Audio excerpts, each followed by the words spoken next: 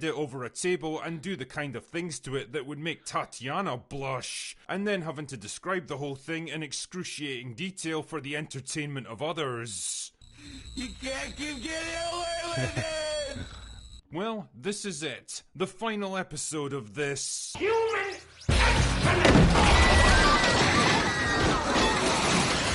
So without further ado, let's get this crap over with. The episode begins with strong female protagonist wearing a gimp mask and breathing really heavy, which is how a lot of good Saturday nights begin for me, because she's just had a vision of her sister murdering Squid Game guy, because she can see into the future now, don't you know? Wow, that's a pretty useful skill right there. Shame it was never used or mentioned before or after this precise moment in the story. It's almost like the writers couldn't think of any other way to reunite the two sisters in time for the finale, so they just decided, what the hell, May can see into the future now, or something. So anyway, her and discount Ezra Miller...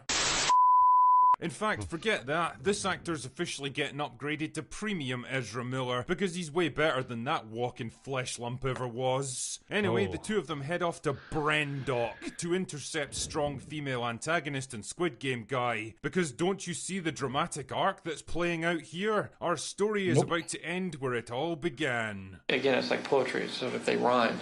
That's right, George, you must be so proud of what's become of your creation. Oh yeah, and Darth Plagueis shows up for absolutely no reason, like he's been locked in a cave this whole time and only just found the exit right now. Is he an introvert who just wanted to be left alone, or does he get nervous around the ladies? Either way, I think someone better check up on Star Wars theory because I suspect he's about to go full scanners on us. Anyway, flash over to strong female antagonist who's strapped to a table while Squid Game guy does battle with his most formidable opponent yet, the English language. I noticed the way you take care of him.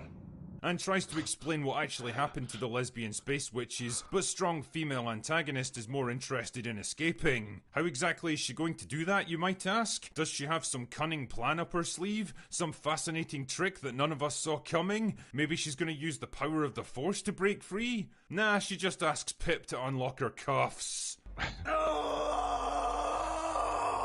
Wow, lucky that Squid Game guy never thought to remove him and that he's somehow able to understand that she needs to unlock her cuffs, considering that he's a very basic droid that's just been reset to his factory settings and has absolutely no idea what's going on right now. It's even more lucky that his head also functions as a taser to disable Squid Game guy. I mean, there's just no limits to what this plot device... droid can do. So strong female antagonist bails out into an escape pod, and there's a pointless chase scene which is included just to eat up some screen time before Basil decides that he's on strong female antagonist's side now and disables Squid Game guy's ship so that she can escape. son of a bitch! What the actual Christ mother and fuck is going on? Why are you on her side now, you little shithead gerbil-faced arsehole? And why the hell does Squid Game guy leave you aboard the ship when you've clearly proven yourself to be both a traitor and a saboteur? Fuck off, Basil! Oh yeah, and Squid Game guy turns his locator back on purely so that Soy Boy here can report to strong female character number 3. And honestly, I don't know which is more painful at this point. Squid Game guy wrestling with a language that he's clearly not fluent in, or watching this absolute talent vacuum trying to act. I mean, I've at least got more respect for Squid Game guy because he had to learn English specifically for this role, whereas Charisma Vacuum over here has theoretically been acting for decades. Either way, the Jedi are now on their way to Brendok so that the rest of the plot can happen. Fuck it, don't think about it, let's just keep going so we can get this over with. So premium Ezra Miller and strong female protagonist arrive at the Mountain Dam Fortress Village Monastery mining facility thing, and strong female protagonist decides that the only way to get in is to restore power to the elevator. How exactly do you expect to do that when the power generator literally blew itself to pieces and the whole facility burned to the ground 16 years ago? Oh, I guess it does work. Must have, like, healed up or something. Isn't it amazing how technology in Star Wars can just do whatever the plot needs it to at any moment? Not to worry, though, because premium Ezra Miller just kind of teleports inside so that he can have a fight with Squid Game guy because the script says so. But that doesn't really matter because it's time for the matchup we've all been waiting for. Forget Luke versus Vader, forget Obi-Wan versus Anakin, forget Rocky versus Drago. This is it, boys and girls. Strong female protagonist versus strong female antagonist. Light versus dark, good versus evil, man to man. Oh. Jesus Christ, man. I've seen some embarrassing spectacles in my time, most of them made by Disney, but this may go down as one of the single worst fight scenes in all of Star Wars. Watching Amandla Stenberg awkwardly stumble her way through this fight choreography, clumsy and flat-footed and stiff as a fucking board, makes Rosario Dawson look like Muhammad I'm Hard Bruce Lee. Squid Game Guy is literally twice her age and moves with more speed, grace and coordination than she could ever hope for. Anyway, whatever. So the point here is that Squid Game Guy and Premium Ezra Miller are having a far more entertaining fight when the terrible twins show up to ruin the fun. And then strong female protagonist gets angry when Squid Game Guy confesses to killing her mum for completely justifiable reasons that for some reason he's not able to justify because the script doesn't want him to. Then she force chokes him to death, and the three of them escape just as Charisma Vacuum and Soy Boy arrive with the rest of the Jedi. And wouldn't you know it, they end up back at the tree where we first met them 16 years ago. Again, it's like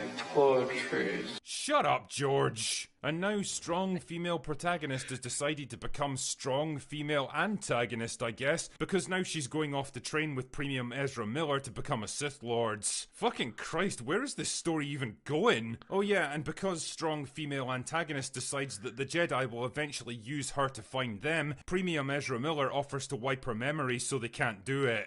Wait, what? Here's an even better solution for you. Why don't the three of you escape together and then you can go your separate ways later? Why'd you have to wipe her entire memory and potentially turn her into a complete retard? Not that you'd notice much difference, to be fair. So anyway, May gets her memory wiped and Osha escapes with Premium Ezra Miller, and Charisma Vacuum blames the whole thing on Squid Game Guy so that she can avoid any repercussions for the Jedi and herself. Wow, a woman throwing other people under the bus to avoid taking responsibility for her shocking personal failures.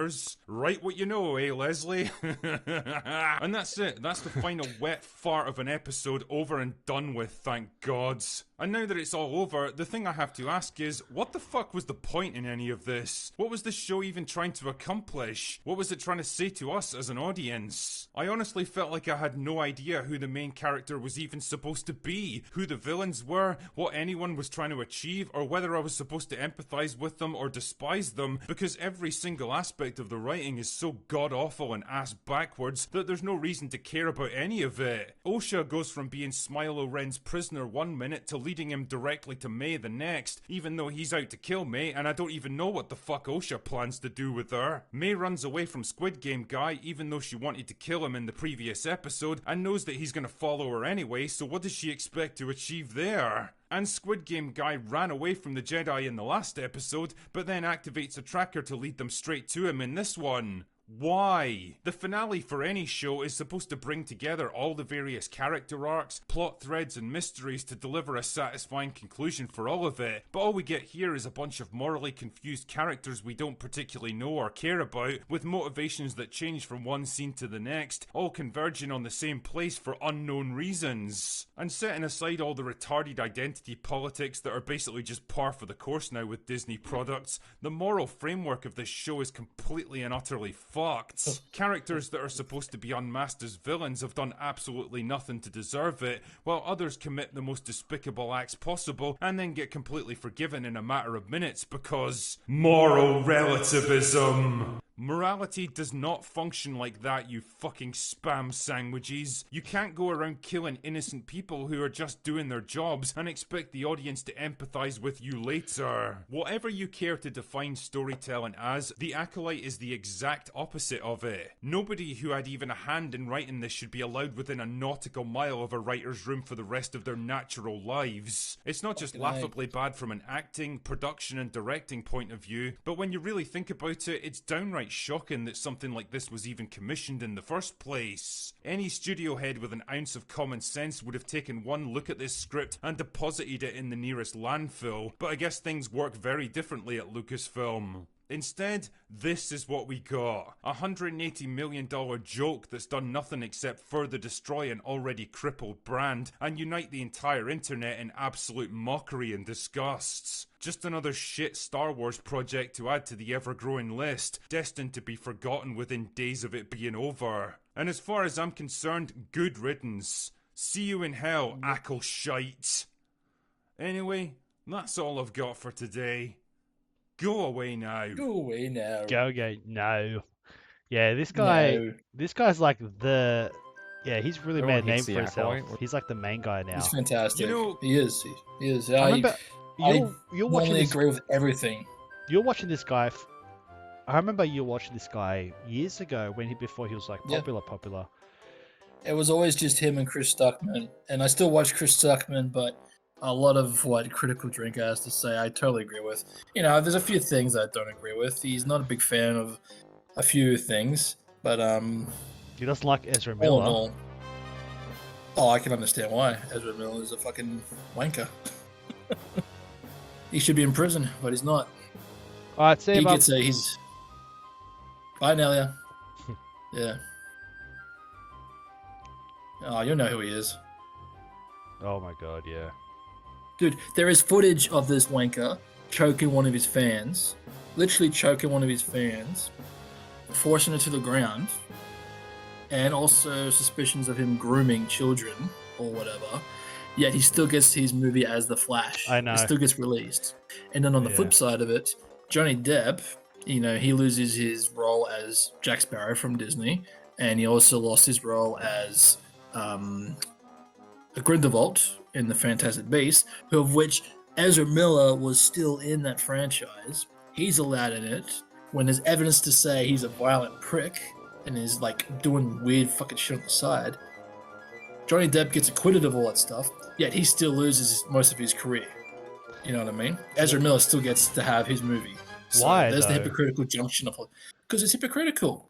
Ezra Miller is meant to be the young general audience. Johnny Depp was accused of shit, and the accusations were acquitted. There was no evidence to go towards it. Yeah. But it doesn't matter. Doesn't Damage is matter. done. He's Damage, lost half his career. Ezra Miller still got his movie as The Flash after the footage of him being a violent prick showed.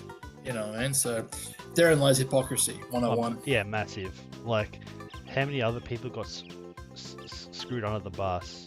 No, not screwed under the bus, but how many people wasn't in the movie? Like, yeah, and then he gets to play the Flash still, obviously because they didn't want to lose all the money. They still had a lot of money. Well, they kind of did. They The did. movie did flop at the box office, but that's irrelevant. He still got the movie released. Yeah. You know, if there's footage of him being that, you know, and you'll find it. It's everywhere, and they still release the movie, regardless if it's successful or not. It just shows how bullshit and hypocritical that these studios X are, man. They should have cancelled it right then, or done what they did with Kevin Spacey, which is just have it quickly another actor do the performance. You know, if they can get away with it I can't remember what the film was, but they replaced Kevin Spacey with Paul Newman within 2 weeks. Yeah, and they did a Did they like. do that with that film? Yeah, I remember that. Mhm. And I'm like surprised that the technology that they could do that. Like what? Mm. They just like put a new guy over him. That's insane.